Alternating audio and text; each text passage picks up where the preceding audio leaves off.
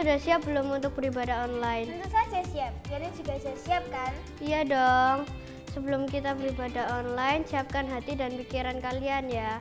Juga HP-nya ditaruh dulu ya teman-teman. Kita mau sama-sama beribadah kepada Tuhan. God bless you. Salam adik-adik, selamat hari Minggu. Ayo sebelum ibadah kita mulai berdoa terlebih dahulu.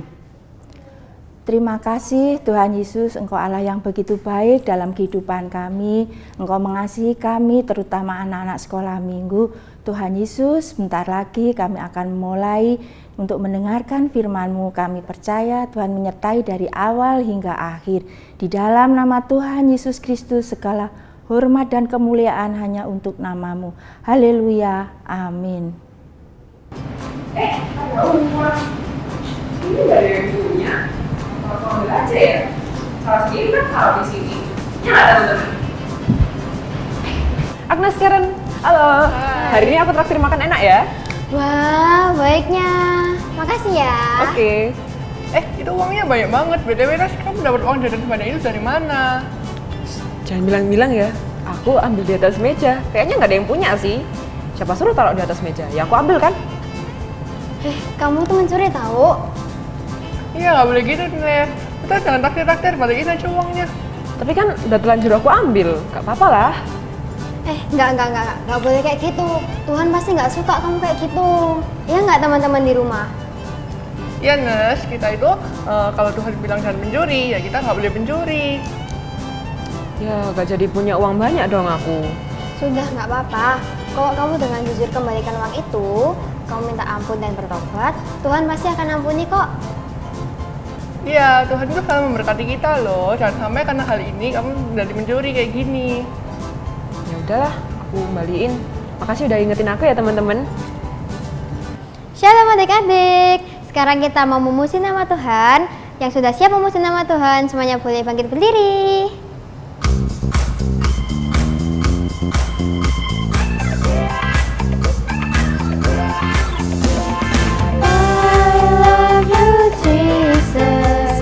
Deep down in my heart, I love you, Jesus. Deep down in my heart, talk about deep, deep down, down. Deep down in my heart, think about deep, deep down, down. Deep down in my heart.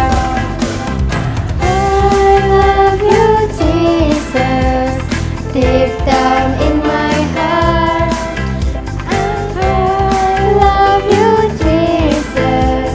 Deep down in my heart, talk about deep, deep down, down. Deep down in my heart, think about deep, deep down, down. Deep down in my heart.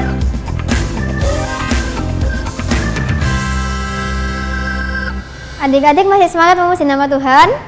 Kalau masih semangat memuji nama Tuhan, nggak ada yang duduk ya?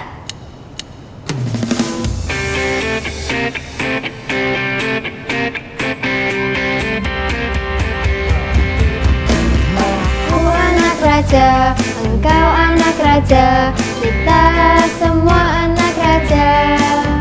Aku anak raja, engkau anak raja, kita semua anak raja. Haleluya, puji Tuhan, haleluya, puji Tuhan, haleluya, puji Tuhan, haleluya, haleluya, puji Tuhan, haleluya, puji Tuhan, haleluya, puji Tuhan, haleluya. Aku anak raja, engkau anak raja, kita semua anak raja.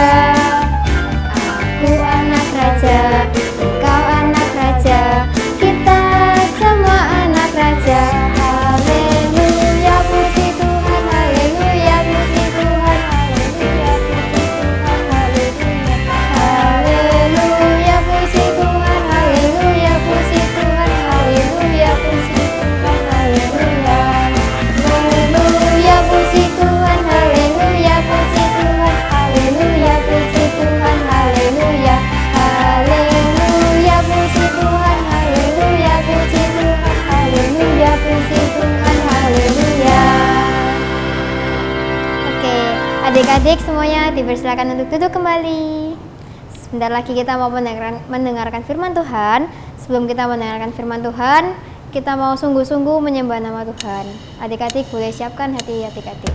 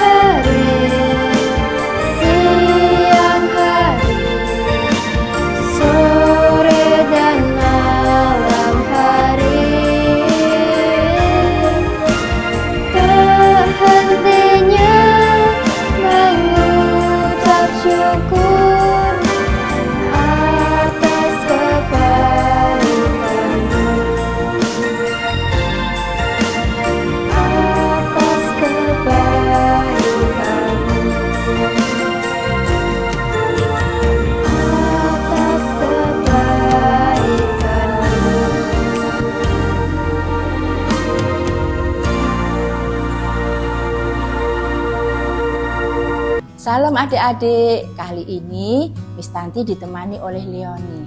Shalom teman-teman di rumah.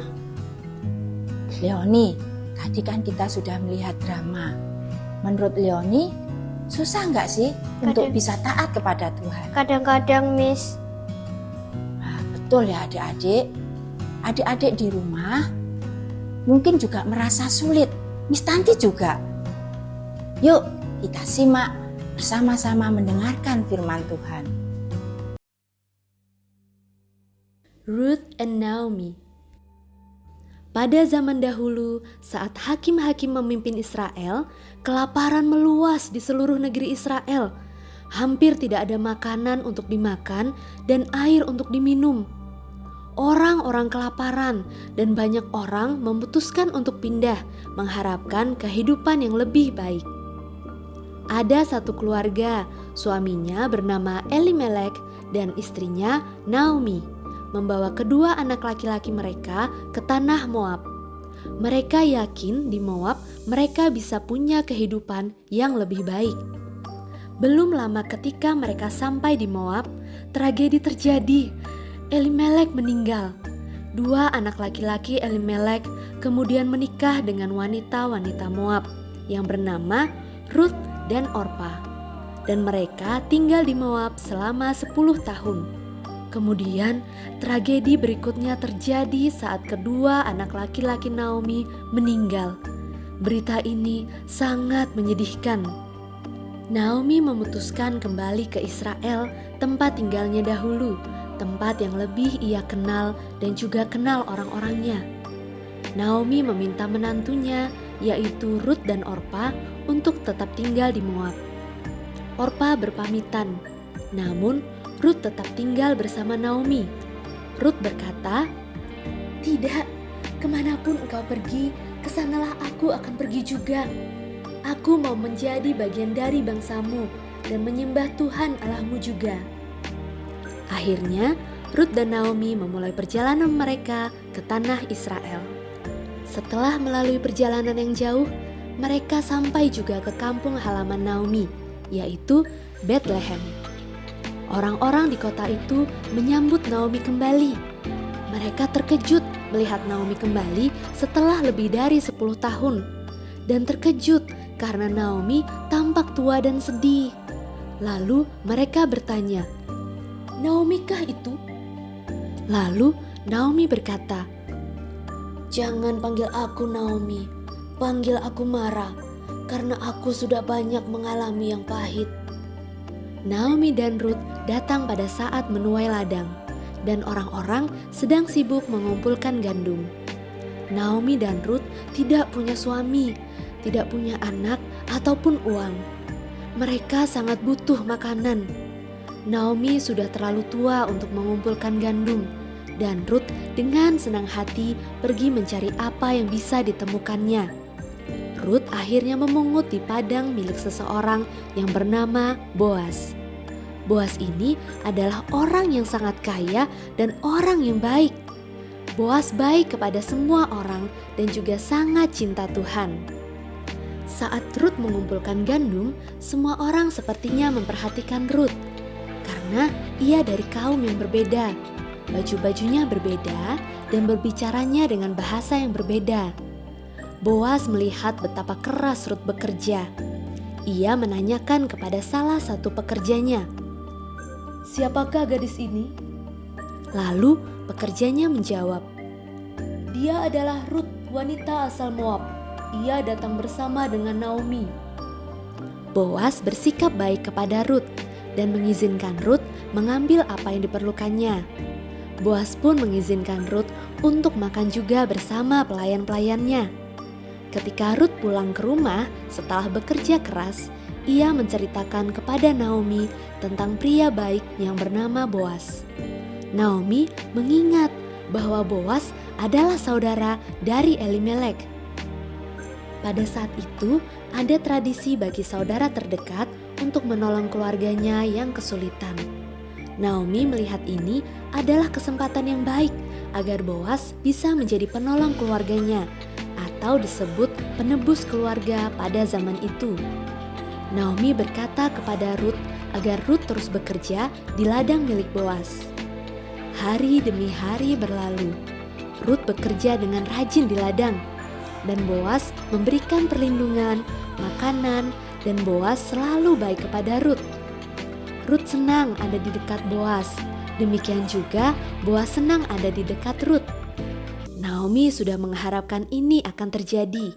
Jadi Naomi merencanakan sesuatu. Dia berkata kepada Rut, "Saat malam hari, pergilah dan bangunkan Boas. Sudah waktunya kau memberitahu Boas bahwa kau ingin Boas untuk memberikan perlindungan, keamanan, dan cintanya." Suatu hari, di larut malam, Rut datang ke Boas saat ia tertidur di luar. Rut berkata, "Aku adalah Rut hambamu, tolong lindungi aku."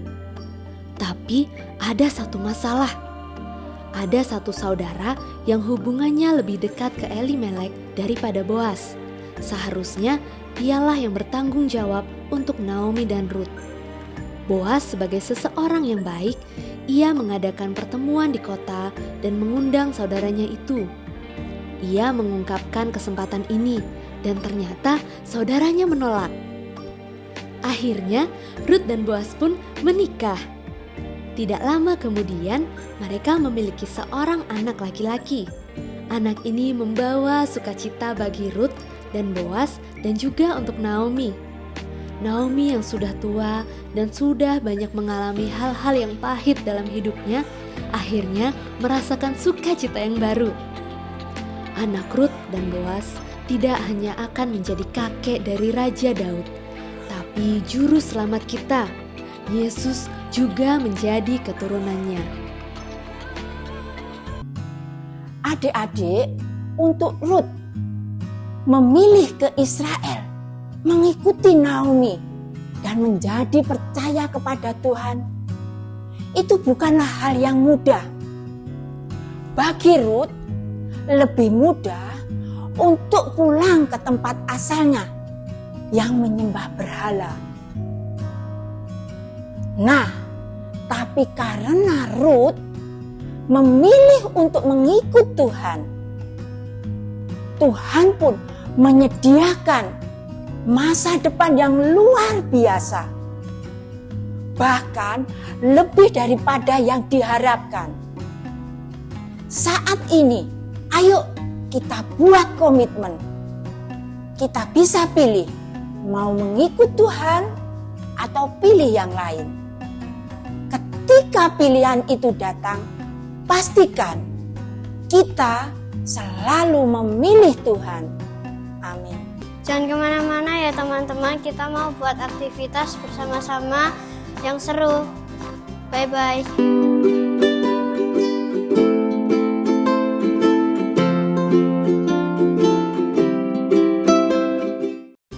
Shalom adik-adik, hari ini kita mau bikin activity bareng Miss Lauren. Activity kita hari ini adalah Animal Puppet Finger. Kita bikin bareng-bareng yuk. Langkah pertama, siapkan satu kertas buffalo, gunting, pensil atau spidol, plong-plongan, dan pensil warna. Pertama, adik-adik bisa gambar hewannya. Terserah ya adik-adik mau pakai hewan apa. Kalau Miss Lauren pakai hewan domba. Kita gambar dulu ya.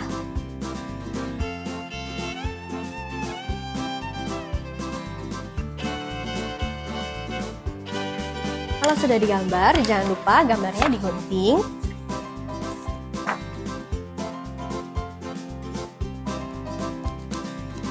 Jangan lupa kalau adik-adik pakai gunting, harus di bawah pengawasan orang dewasa ya. Lalu, kalau sudah menjadi seperti ini, jangan lupa adik-adik bisa menggunakan plong-plongan untuk melubangi di bagian bawah dan sesuaikan dengan jari kalian masing-masing ya.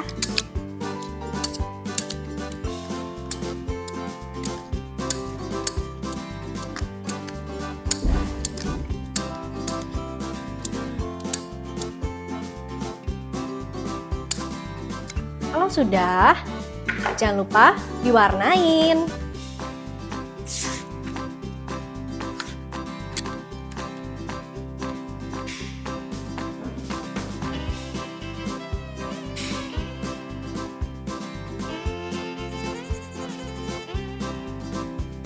Setelah udah jadi dan terlihat seperti ini. Gimana hasil kalian? Jangan lupa foto, terus post di Instagram kalian dan tag KSJS Kids. See you, God bless you, bye bye.